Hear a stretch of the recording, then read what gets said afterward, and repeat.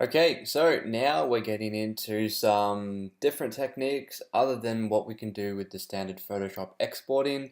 This is going to involve having two apps that I use for this particular purpose, optimizing images for the web. Number one being Image Alpha, and number two being Image Optim. I'll put links in the description and link in the blog post to get you to download them. But these are the ones that we'll be using, and I'll be just running through some real basics. I mean, these are both very easy to use. So like I said before, we'll grab out our latest image here, which is the PNG optimized version exported for web from Photoshop, 618 kilobytes down from 1.7 megabytes originally. The next thing is, how can we get this from 618 kilobytes down, because 618 kilobytes for an image is still a lot, especially for a web page. A single image on a web page that's that big is taking up a lot of space. Again, on our page, it's okay. It's a single landing page. You can't scroll. And so even if the image was 9 megabytes and the rest of the page was 100 kilobytes, then it's still going to be a megabyte or under a megabyte. That being said, just because you can have it within that much doesn't mean you want it within that much. You want it to be as small as possible. You want all of the images to be as small as possible and still look as good as they can.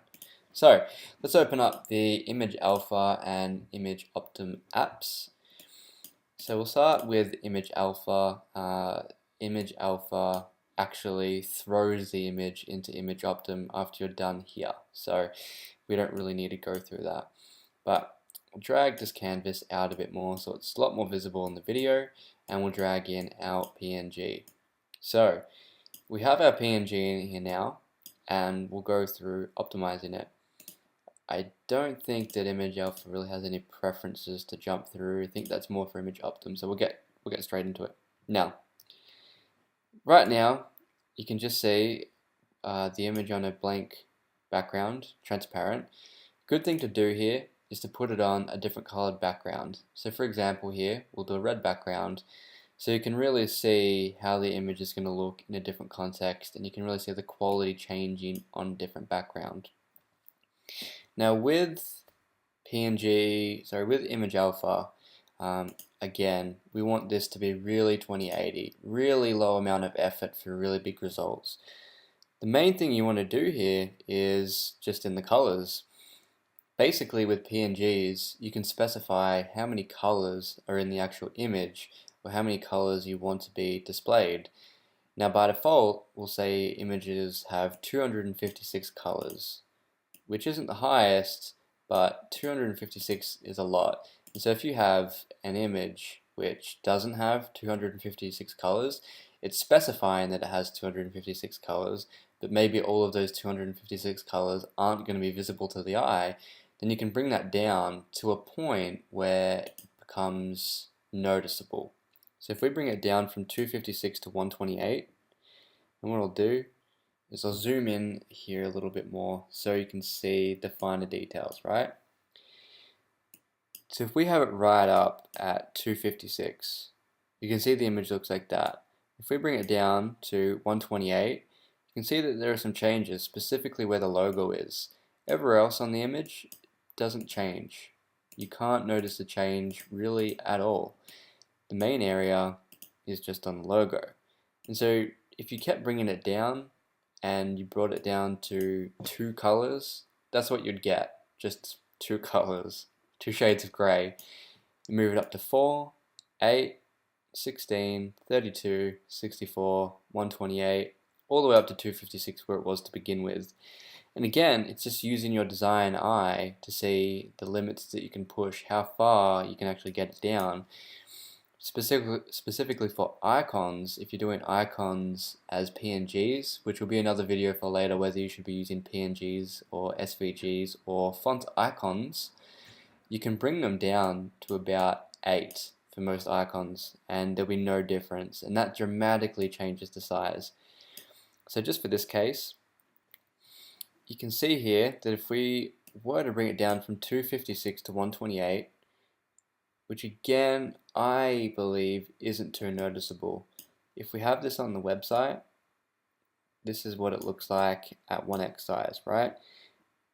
If you switch from 128 to 256, it's not too noticeable. Basically, there's just a little bit more, it's a little bit more grainy on the logo, and below goes darker where those tiles are.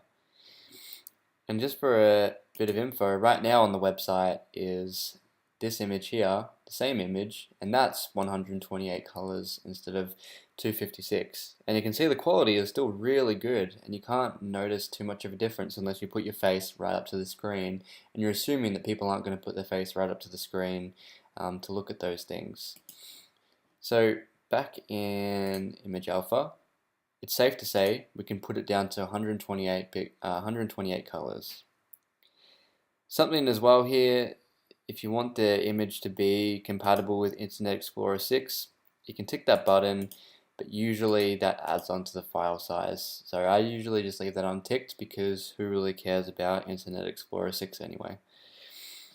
Alright, so that's all that out of the way. We've taken it down from 256 to 128 colors. And you can see on different backgrounds, blue, green, red, on an image background. And you can see also right at the bottom here, it has image size saved 80% of X amount of bytes. So what it's saying here is it's actually reduced the file size by 80%. But again, proof in the pudding, right? Let's save out this file and see how much we get it down to. So we'll jump into here and we'll go image optimized, image alpha. And then once you have both of these apps installed, again, links will be in the blog post, you want to tick optimize with image optim if you have that installed as well. Because straight after it's done here, it'll throw it into image optim and do further optimization. So let's do that. Save. It's going to throw it into image optim and do an optimization.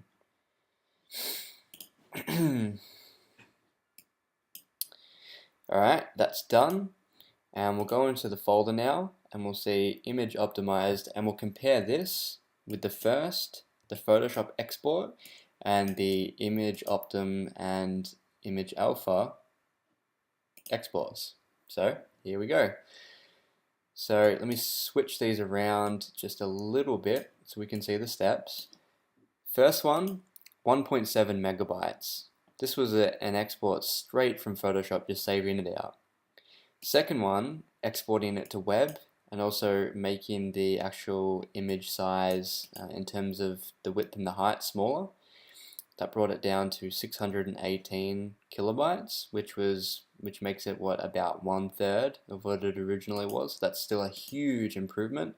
And then once we take it through image optim, it brings it all the way down to 118 kilobytes, which is no mathematician, but I'd say that's more than less than a tenth of the original file size. That dramatically takes it down from 1.7 megabytes to 118 kilobytes. And the thing that you're wondering now is great, but how's the quality? Is the quality dramatically worse? So we'll go image unoptimized and we'll have here image optimized, and we'll drag that through. Now, something to notice here is that if you compare this one here and this one here, definitely you can notice that the one on the left has better quality. It's quite obvious in this context. But if we're dragging it down, and we drag this one down as well to sort of their normal size, put them side by side, not too much of a difference. Yeah, the one on the left is clearer, but the thing is, people aren't comparing the two when they're looking at it. They don't have that comparison. So the context that it is in, for example on the web page, it's on just a background, no other images. So since there's nothing to compare it to, they're not having their face right up to the screen, those details are going to go unnoticed, meaning that you can get away with a lot in terms of optimizing images. Again, you can push up the quality a little bit more if you'd like, but you really want to get them down. People aren't going to notice these things. Anyhow, that wraps up really the second video on how to optimize an image down from 1.7 megabytes to, what did we have here? To 118 kilobytes. That's a massive improvement, and we didn't even need to get into anything technical, literally exporting with Photoshop and then dragging and dropping into another free app, or two apps to be precise. So until the next video, have fun optimizing your images.